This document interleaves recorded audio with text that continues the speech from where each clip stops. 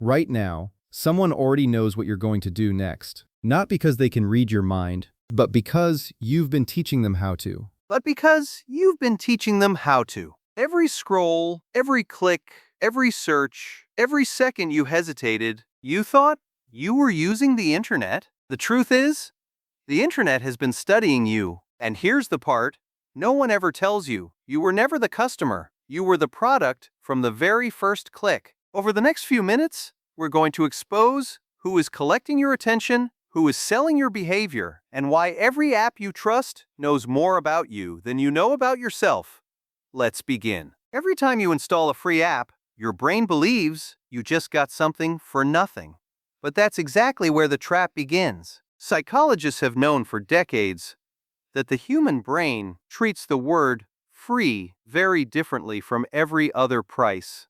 It shuts down part of your critical thinking before logic even gets a chance to speak. In behavioral economics, this is called the zero price effect. Researchers discovered that people consistently choose a free product, even when paying a small amount would give them something objectively better. So, if billions of people use these apps without paying, who pays to keep them alive? The answer isn't advertisers. It's your behavior. Every second you stay on a platform teaches its algorithm something new about you. What makes you stop? What makes you laugh? What makes you angry? And eventually, what makes you buy? Most people believe the algorithm simply learns what they like.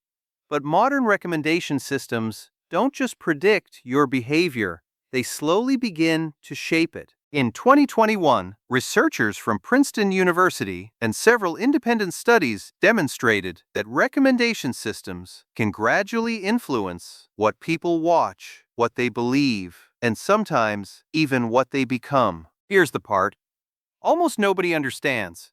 Algorithms don't compete for your money, they compete for your attention.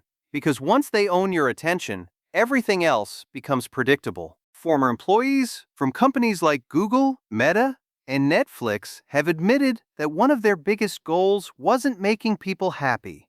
It was making people stay just a little longer. The secret isn't the content, it's the reward. Every notification, every like, every unexpected video activates the same dopamine system that casinos have studied for decades. Casinos discovered that predictable rewards become boring.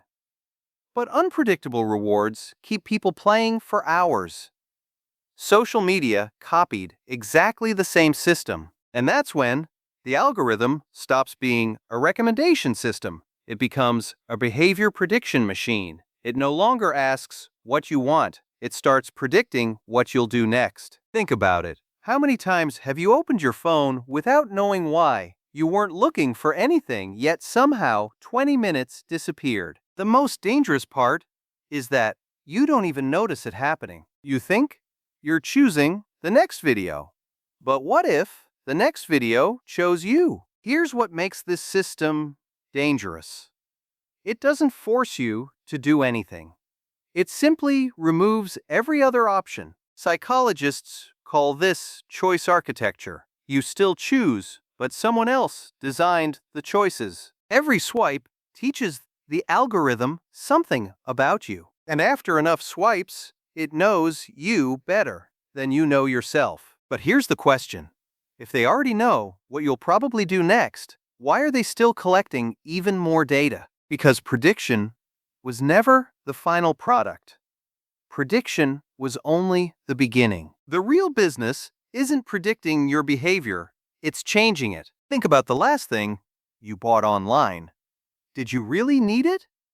Or were you simply prepared to want it? That's the real algorithm. It doesn't control your phone. It quietly rewires your habits. And once someone controls your habits, they no longer need to control your choices. The truth is, you were never the customer.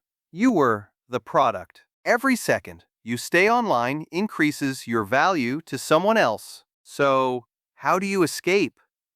Not by deleting your phone, but by noticing when you're being guided. Because the moment you recognize the system, it loses its greatest weapon. So, The next time you unlock your phone, ask yourself, are you making the next choice?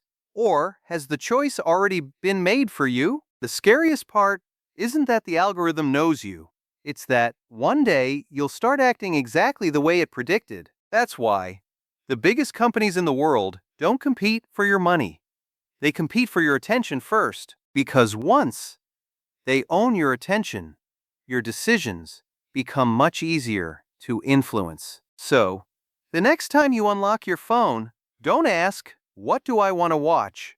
Ask yourself, who wants me to watch this?